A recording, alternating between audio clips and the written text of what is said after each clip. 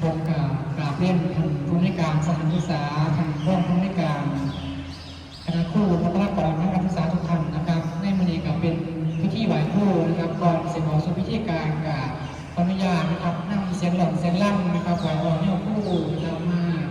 ไหว้ป่าครูในพิธีไหว้ครูในมื้อนี้นะครับก่อนเสร็จของสู่พิธีการเพื่อระลึกถึงคุณครูบาอาจารย์ผู้ประสิทธิ์ประสาทวิชาข้อมูลนะครับถ้าการยกแรงแห่งม้านะครับยกใจเก่าเท่าเส้นหัวไหวออกยกคู่ตามวัฒนธรรมอีสานบ้านเฮาซะก่อนนะครับ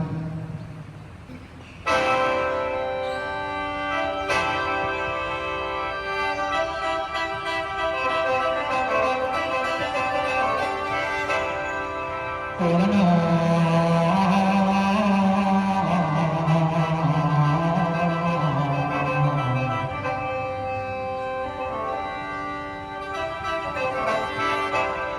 โอเลยจังว่าสาธุ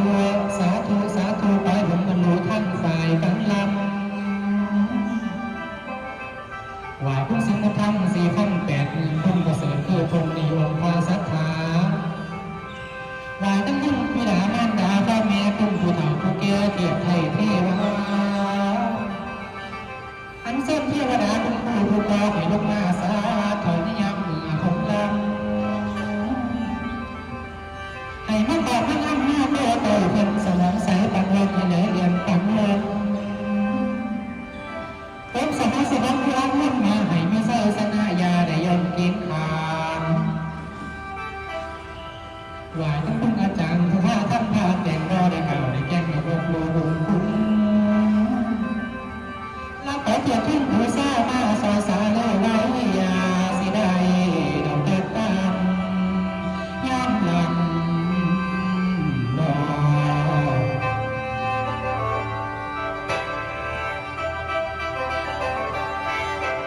เอ้ยละน้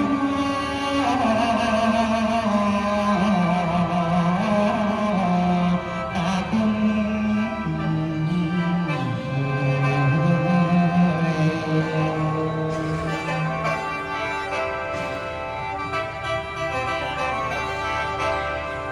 เม่นว่า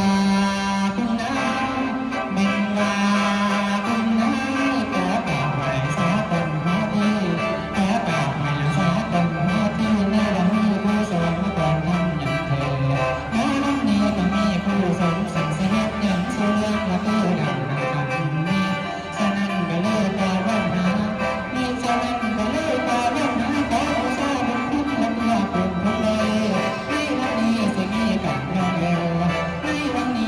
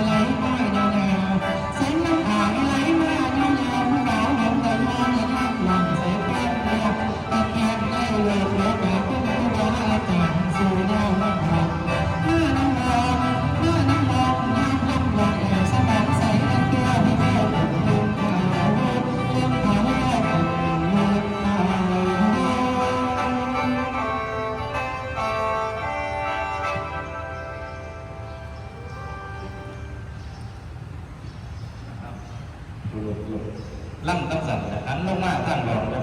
หมอแค่น